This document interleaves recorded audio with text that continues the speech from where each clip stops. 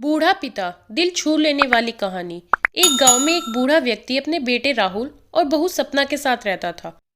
वह बहुत बूढ़ा हो चुका था, जिस वजह से उसे कम दिखाई देता था और बहुत कमज़ोर हो गया था।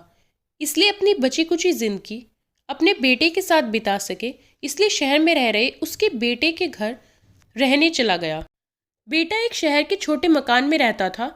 मकान तो उसका छोटा था, लेकिन उसके अंदर जो चीज़ें थी वह महंगी थी।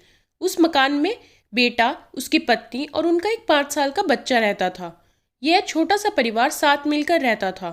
बूढ़े पिता के आने से उनके परिवार का एक सदस्य और बढ़ गया। परिवार सुखी संपन्न था, किसी तरह की कोई परेशानी नहीं थी। बूढ़ा बाप, जो किसी समय अच्छा खासा नौजवान था, आज बुढ़ापे से हार गया था। चलते समय लड़खड़ाता था, अब तो लाठी की जरूरत पड़ने लगी थी। चेहरा झुर्रियों से भर चुका था, बस अपना जीवन किसी तरह व्यतीत कर रहा था। घर में एक चीज अच्छी थी कि यह पूरा परिवार रोज सुबह शाम डाइनिंग टेबल पर साथ में खाना खाया करता।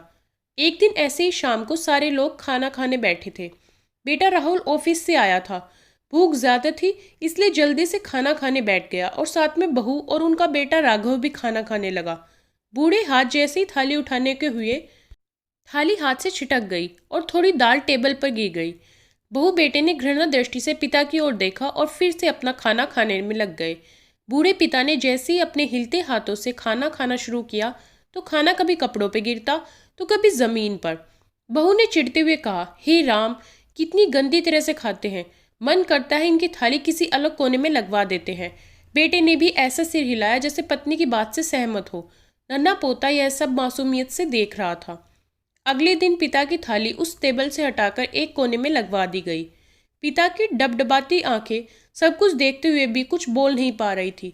बूढ़ा पिता रोज की तरह खाना खाने लगा। खाना कभी इधर गिरता कभी उधर। छोटा बच्चा, पोता, अपना खाना छोड़कर लगातार अपने दादा की तरफ देख रहा था। माँ ने पूछा, क्या हुआ बेटे, तुम दादाजी की तरफ क्या देख रहे हो और खाना क्यों नहीं खा रहे?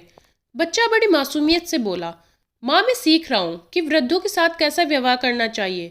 जब मैं बड़ा हो जाऊंगा और आप लोग बूढ़े हो जाओगे, तो मैं भी आपको इसी तरह कोने में खाना खिलाया करूंगा।